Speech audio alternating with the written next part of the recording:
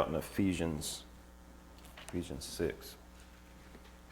I was thinking about what you said about the blood, and it just occurred to me that that's part of the battlefield. If you take a section, a territory over, you're going to guard that, and it's kind of like they want to take the blood away and pervert it, and it reminds me, especially around this time, there's a guy that I always used to listen to. He'd do an interview just about this time of the year, because of Halloween coming up, and he would talk about all the the characters that you usually see come out around Halloween. People starting to use the monsters and specifically the vampire,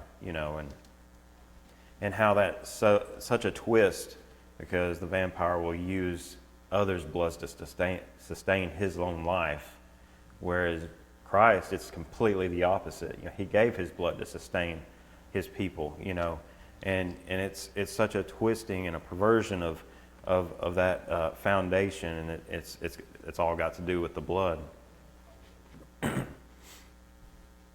Now in Ephesians 6, verse 13, wherefore take unto you the whole armor of God, that ye may be able to withstand in the evil day, and having done all, to stand. Stand therefore, having your loins girt about with truth, and having on the breastplate of righteousness, and your feet shod with the preparation of the gospel of peace. Above all, taking the shield of faith, wherewith ye shall be able to quench all the fiery darts of the wicked, and take the helmet of salvation and the sword of the Spirit, which is the word of God. And I got to thinking, this past week, about the being girt about with truth. What is truth?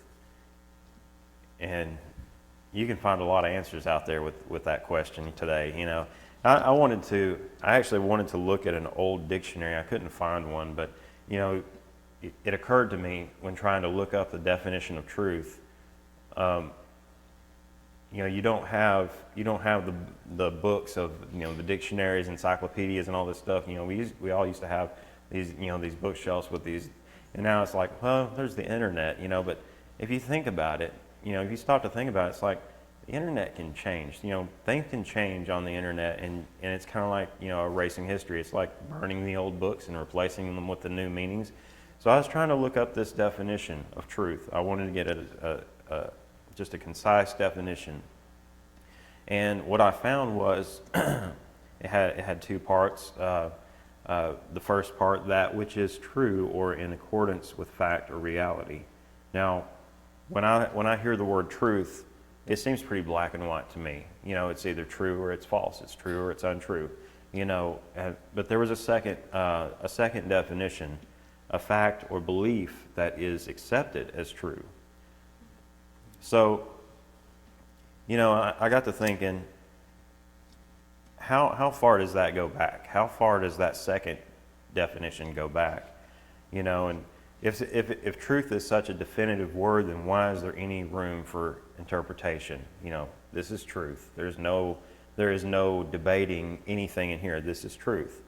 So where has this word? And it's just like the modern thing is to take something and redefine it, revamp it, take all the hurtful things out of it, and try to resell it as this is what it means now. That we can't use that term anymore. That's degrading to that group of people over here, or this is degrading to that group. So we got to cut everything out, and we got to be sensitive to those things.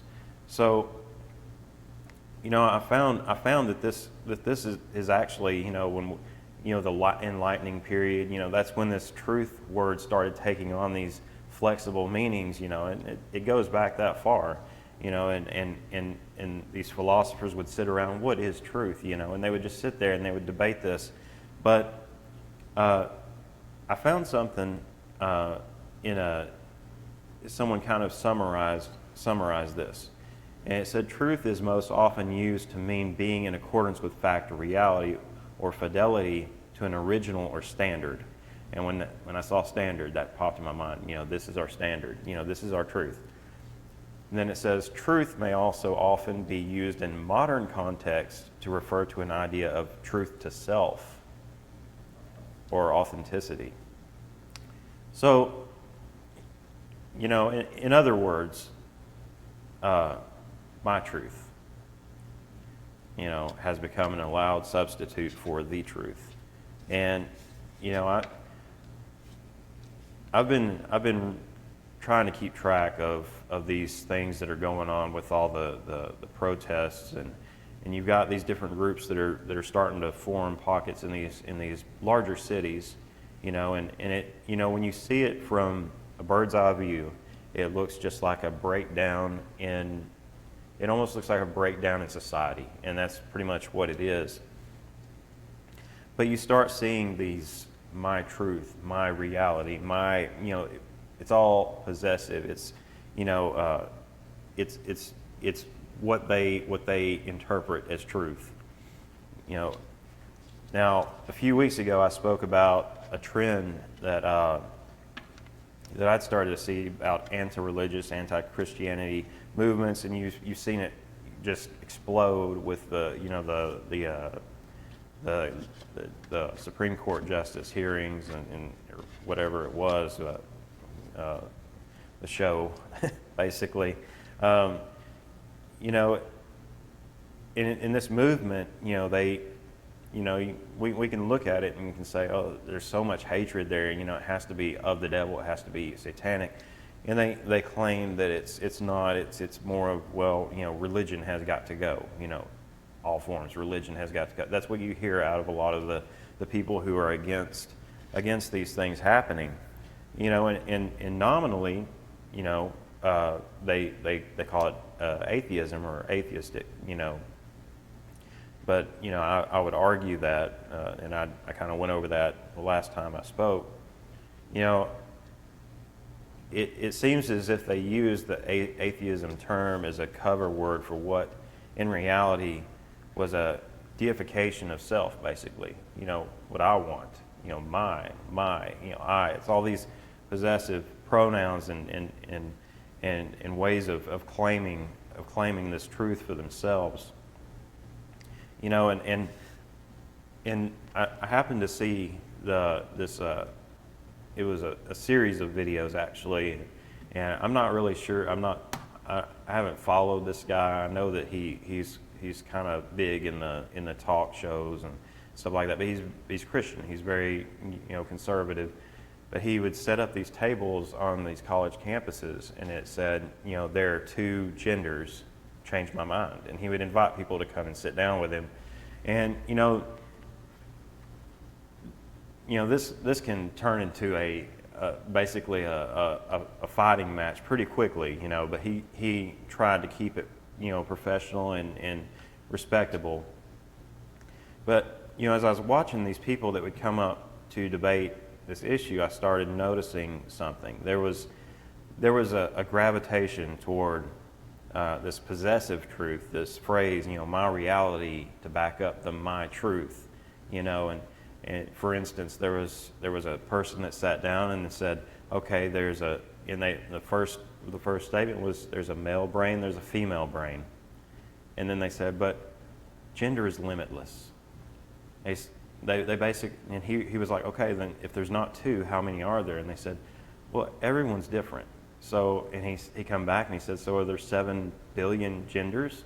What are you saying? If it's limitless, there's so many people on the earth, is everyone a different gender? And they would say, everyone is different. It's a spectrum. That's another word that they use. Gender is a spectrum. And everyone used this term. This is a spectrum. There's no definitive quality here. And what I started seeing is it was more of the more they talked, it was more of a circular logic confusion type thing.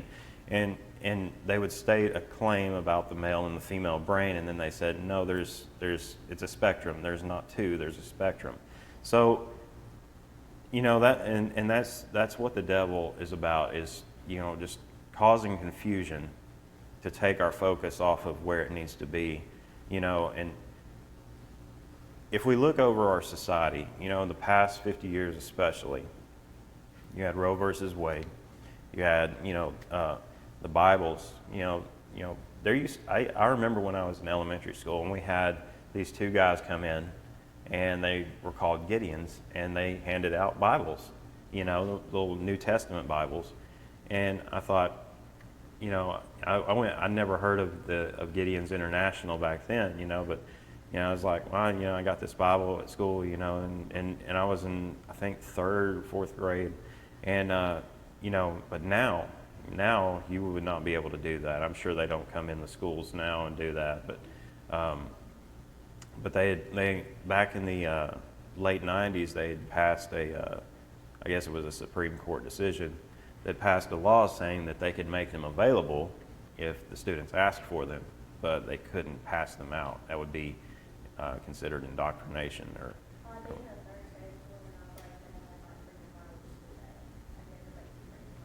Yeah, but they couldn't distribute them. Yeah. So there's still hope. There's still some hope there, because there have been stories where kids have brought their Bible to school, and maybe it wasn't a designated day, but they had them confiscated or whatever. There's a big thing on it. But if you look in the past 50 years and how far our society has broken down already, and you just extrapolate that over the next 50 years, where are we going to be as a society? How much further can you, if you look and you compare it to the Roman Empire, they said, once these things that we've already allowed, and we've been rolling around with 50 years of this history, once that started happening to the Roman Empire, it started crumbling, within. So, it's a very ominous thought, but this is what happens when we give up the truth for my truth. So if you look closely to all these different things that I'd mentioned, you'll see this one thread that runs through, tying all of it together, and that's the me, the lawlessness, the sin, me, mine. And you watch these videos, like I said, of these protests and things going on, and there was someone that was interviewing these protesters that were out there protesting against pro-life. They're protesting, I forget what all they had, and they had signs that were professionally done. You could tell they were all identical, but they were protesting against all these things that we hold as truth, as things that need to be protected, the sanctity of life, the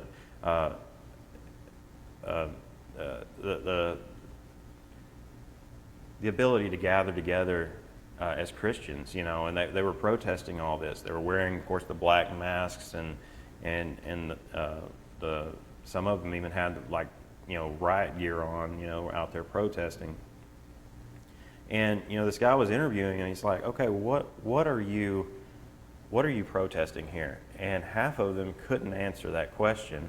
The other half would just repeat a phrase that was being chanted, and so this is the confusion that we're I want to feel like I'm part of something. I'm going to get behind this group because they want free stuff and I want free stuff, and maybe if we overthrow the government and we don't have a government, which is another form of, that's tied in very heavily with the atheistic thing, no government, I'll just take care of myself, I don't need a government to take care of me, and that kind of goes into the whole thing about we don't need anyone but ourselves, and that sets you up as I'm my own God, So the one true thread that ties all this together is basically you can be your own God. You can be your own ruler. You can be your own, just rely on yourself.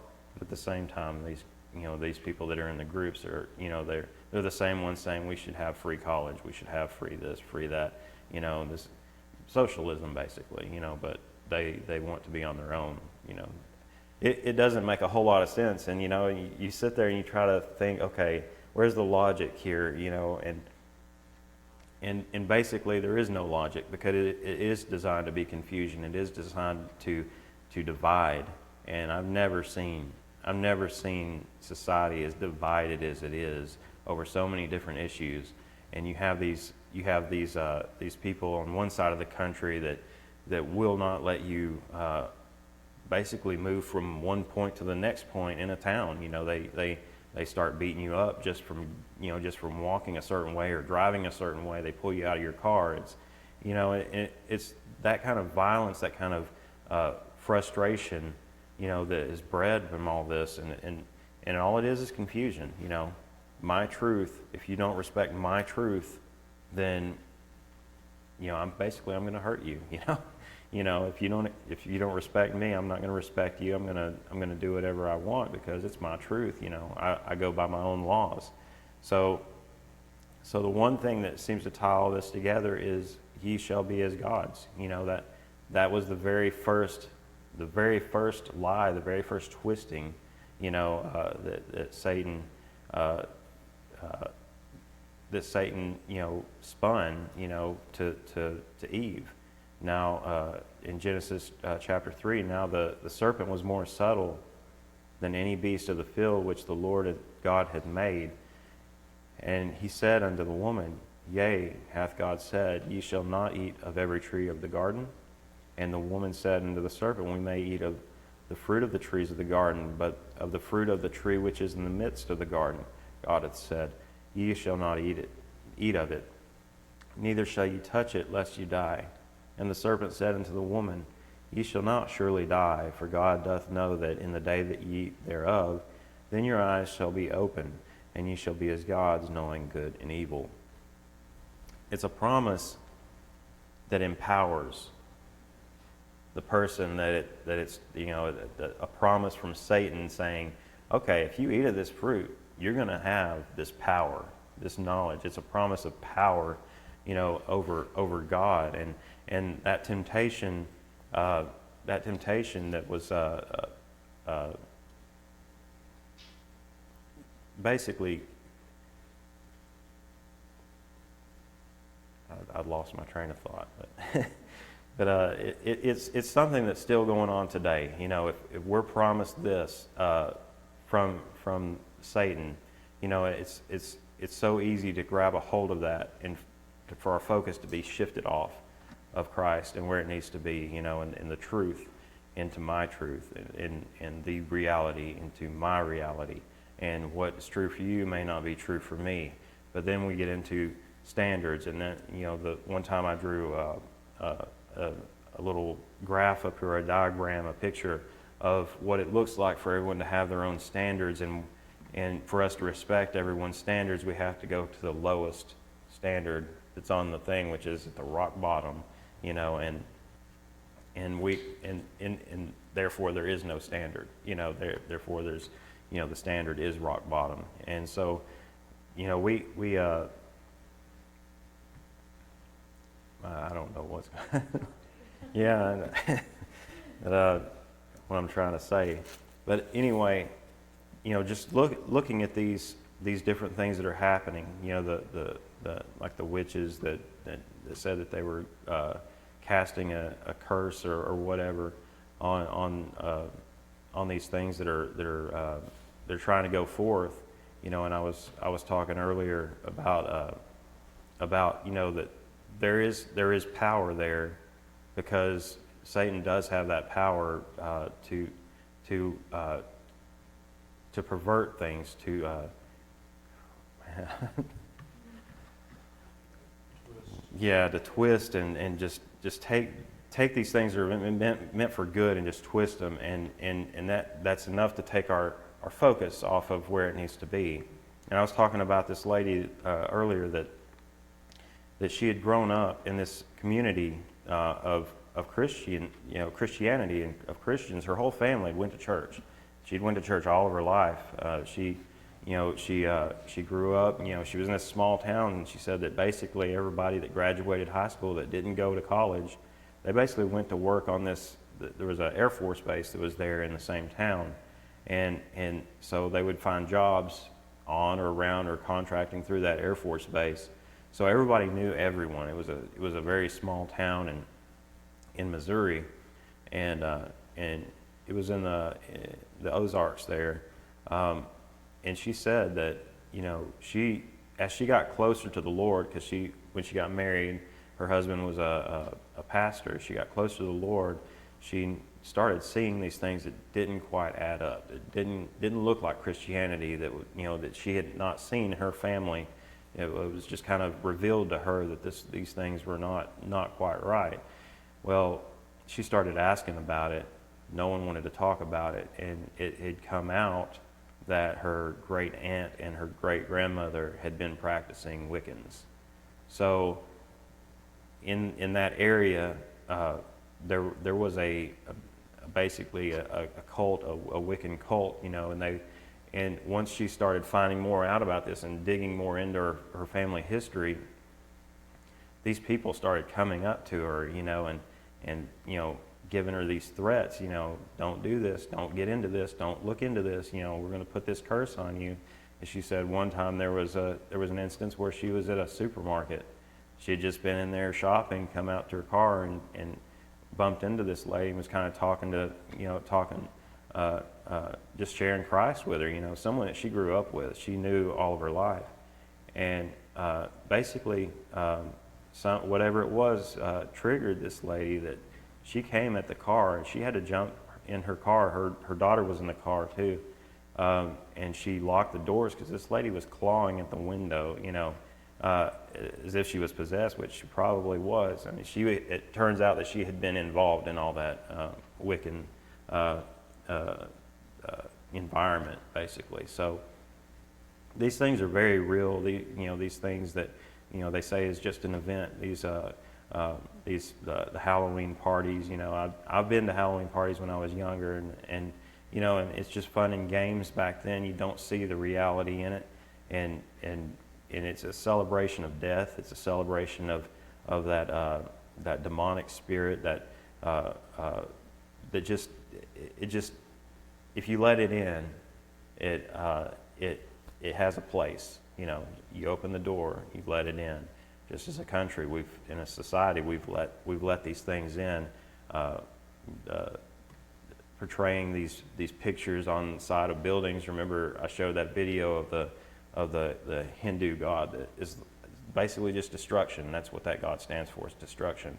And they put it on the tallest building in New York. You know, it's like, why would you do that? Why would you open that door for that entity of destruction to be on your number one financial city in America, and not expect anything to come from it?